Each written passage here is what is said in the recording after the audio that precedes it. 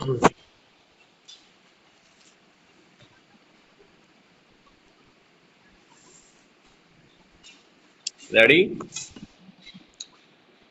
Start.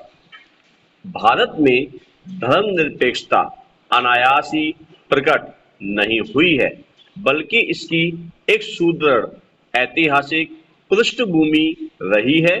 Stop. Bharat की सभ्यता का इतिहास जहां से आरंभ होता है, वहीं से धर्मनिरपेक्षता का इतिहास भी आरंभ होता है। स्टॉप। सिंधु घाटी सभ्यता भारत की प्रथम ऐतिहासिक सभ्यता थी और वह धर्मनिरपेक्ष थी। स्टॉप। सैंधव काल से लेकर 20वीं शताब्दी के अंत तक भारत में धर्मनिरपेक्षता की शानदार और सुदृढ़ परंपरा रही है। स्टॉप। चाहे सम्राट अशोक का काल हो अथवा चंद्रगुप्त विक्रमादित्य का, सम्राट कनिष्क का काल हो या सम्राट हर्षवर्धन का, अकबर का काल हो अथवा शिवाजी का। स्टॉप। भारत में धर्मनिरपेक्षता की विशिष्टता इस बात को लेकर नहीं है कि इसका इतिहास आज से 3000 वर्ष पूर्व का है। स्टॉप। बल्कि विशिष्टता इस बात को लेकर है कि उस समय से लेकर आज तक यह परंपरागत रूप से चली आ रही है। स्टॉप। सैंधव काल में जिस वैज्ञानिक दृष्टिकोण, सद्भाव और सामंजस्य पर बल दिया जाता था, वही भारत की धर्मनिरपेक्षता में आज भी विद्यमान है। स्टॉप। आजकल धर्मनिरपेक्ष शब्द के लिए अंग्रेजी के एक शब्द सेक्युलर का प्रयोग किया जाता है, जो लैटिन भाषा के सेक्युलम शब्द से बना है और उसका शाब्दिक अर्थ है ऐसा कार्य जिसकी पुनरावृत्ति अधिक न हो। स्टॉप। पाश्चात्य दार्शनिकों के अनुसार धर्मनिरपेक्षता एक ऐसी प्रणाली है जिसमें प्राकृतिक नैतिकता, प्राकृतिक न्याय, विचार स्वतंत्रता और असहमति का अधिकार के सिद्धांत समाहित है। स्टॉप। धर्मनिरपेक्षता को एक विचारधारा के रूप में स्थापित किया मार्टिन लूथर ने। स्टॉप। उन्होंने अपने ग्रंथ थीसिस में धर्मनिरपेक्षता के सिद्धांतों का विशद वर्णन किया है। स्टॉप। राजनीतिक विचारधारा के रूप में धर्मनिरपेक्षता की स्थापना 1846 ईस्वी में इंग्लैंड में हुई। स्टॉप। राजनीतिक विचारधारा के रूप में इसे स्थापित करने का श्रेय जॉर्ज जेकब होलीओके को दिया जाता है।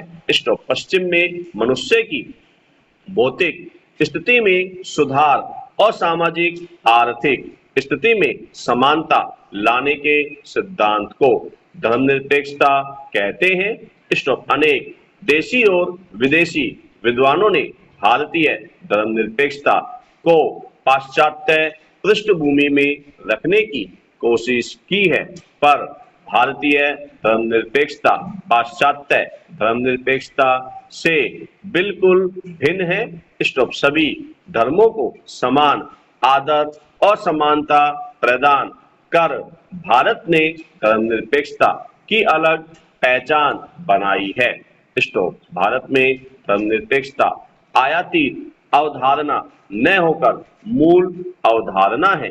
स्टॉप। भारत की वर्तमान धर्मनिरपेक्षता प्राचीन, मध्यकालीन और आधुनिक काल की संस्कृतियों की विभिन्न विचारधाराओं और विशिष्टताओं, सहिष्णुता, शांति, अहिंसा, सामंजस्य और समन्वय, निरंतरता और विकास का समन्वित रूप है।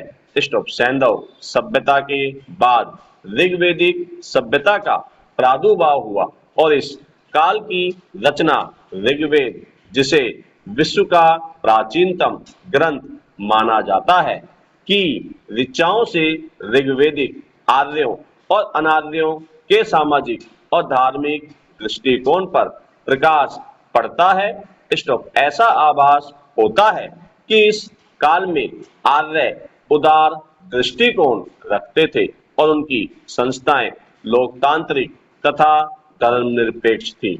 स्टॉप। समन्वय का इससे अच्छा उदाहरण और क्या हो सकता है कि आर्यों ने अनार्यों से लिंग पूजा, नाग पूजा, जादू टोना और वशीकरण के कर्म सीखे, जबकि आर्य अनार्यों को हीन दृष्टि से देखते थे। स्टॉप। ऋग्वैदिक काल के बाद धार्मिक आंदोलनों का युग शुरू होता है, जिसमें गौतम बुद्ध और महावीर जैसे धर्म सुधारक व्यक्तियों का प्रादुर्भाव होता है। स्टॉप। गौतम बुद्ध लोगों को जो उपदेश देते हैं वे अष्टांगिक मार्ग और चार आर्य सत्य के आचरण पर आधारित है। स्टॉप। महावीर पंच महाव्रत का सिद्धांत लोगों के समक्ष रखते हैं।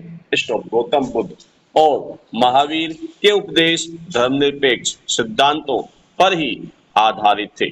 स्टॉप। उन्होंने कभी भी धर्म परिवर्तन की बात नहीं कही। स्टॉप। भारतीय इतिहास में धर्मनिरपेक्षता को स्थापित करने वाले शासकों में सम्राट अशोक का नाम अग्रगण्य है। स्टॉप। सम्राट अशोक ने 3री शताब्दी ईसा पूर्व में ही धर्म पर आधारित जिस शासन व्यवस्था की नींव रखी थी वह आज भी राजनीतिज्ञों के लिए आदर्श है। स्टॉप। अशोक का धम्म नैतिकता पर आधारित था और सभी मनुष्यों के लिए समानता के सिद्धांत पर बल देता था। स्टॉप। चंद्रगुप्त विक्रमादित्य गुप्त वंश का प्रतापी शासक था और उसने अपने संपूर्ण साम्राज्य में सभी धर्मों के मतावलंबियों को समान आदर एवं अधिकार प्रदान किए थे। स्टॉप। हर्षवर्धन जो 606 ईस्वी से 647 ईस्वी तक भारत का शासक रहा। स्टॉप। उसे भारत का अंतिम हिंदू शासक कहा जाता है। स्टॉप। पर उसने अपने पूरे साम्राज्य में कहीं भी धार्मिक भेदभाव का वातावरण उत्पन्न नहीं होने दिया। स्टॉप। मध्यकाल में अकबर मुगल सम्राट बना। उसने अपने साम्राज्य में सुलह एक कुल को स्थापित किया। स्टॉप। सुलह एक कुल का सिद्धांत सभी के लिए शांति और समानता के सिद्धांत पर आधारित था। स्टॉप। पैरा। बाद में अपने शासनकाल में 1581 ईस्वी में अकबर ने दीन ए इलाही का प्रचार किया, जिसके अनुसार साम्राज्य के सभी लोग चाहे हिंदू हों अथवा मुसलमान समान हैं और सभी धर्मों के अनुयायियों को स्वतंत्रता पूर्वक अपने अपने धर्म का आचरण करने की स्वतंत्रता है। स्टॉप। भारत में मध्यकाल में सूफी संतों का समागम हुआ और उन्होंने भारत में रहकर धर्म प्रचार किया। स्टॉप। भारत आने के बाद उन्होंने भारतीयों से कुछ सिद्धांत ग्रहण किए और भारतीयों को विशिष्टता प्रदान करने में अहम भूमिका निभाई। स्टॉप। गुरु नानक ने सिख धर्म की स्थापना कर गुरुओं की परंपरा चलाई और उसी गुरु परंपरा के पांचवे गुरु हुए अर्जन देव। स्टॉप। अर्जन देव ने आदि ग्रंथ की रचना की, जिसमें सिखों के गुरुओं तथा हिंदू और मुसलमान संतों की वाणियों को संकलित किया गया है। स्टॉप। यह ग्रंथ धर्मनिरपेक्षता का प्रतीक है। स्टॉप। सन 1757 से 1947 तक अंग्रेजों ने भारत पर शासन किया और इस दौरान उन्होंने फूट डालो और राज करो की नीति अपनाई। स्टॉप। अपनी इस नीति के तहत अंग्रेजों ने भारत में सांप्रदायिक विद्वेष की भावनाओं को भारतीय जनता को दबाने के लिए विकसित किया। स्टॉप। उन्होंने कभी तो हिंदुओं का पक्ष लिया और कभी मुसलमानों का। स्टॉप। अंग्रेजों ने आरक्षण का प्रावधान कर हिंदुओं या मुसलमानों के धार्मिक जुलूसों पर लाठीचार्ज करवाकर हिंदुओं और मुसलमानों को एक दूसरे के विरुद्ध स्थापित करने की कोशिश की। स्टॉप। अपनी इस कोशिश में वे सफल भी रहे। स्टॉप। आखिरकार भारत का विभाजन हो ही गया और इस विभाजन का एकमात्र आधार धर्म ही था। स्टॉप। विभाजन हो जाने के बावजूद भारत में धर्मनिरपेक्षता पूर्ववत बनी रही। स्टॉप। अंग्रेजों के शासनकाल में मुस्लिम नेताओं और विद्वानों ने धर्मनिरपेक्षता का प्रचार किया। स्टॉप। इस काल में नजीर अहमद, मोहम्मद इकबाल, अल्ताफ हुसैन हाली आदि ऐसे कुछ व्यक्ति थे जिन्होंने धर्मनिरपेक्षता के प्रचार में सक्रिय सहयोग दिया। स्टॉप। मोहम्मद इकबाल ने तो सारे जहां से अच्छा हिंदोस्ता हमारा जैसे गीत की रचना की, जो भारतीयों की धर्मनिरपेक्षता का प्रतीक है। स्टॉप।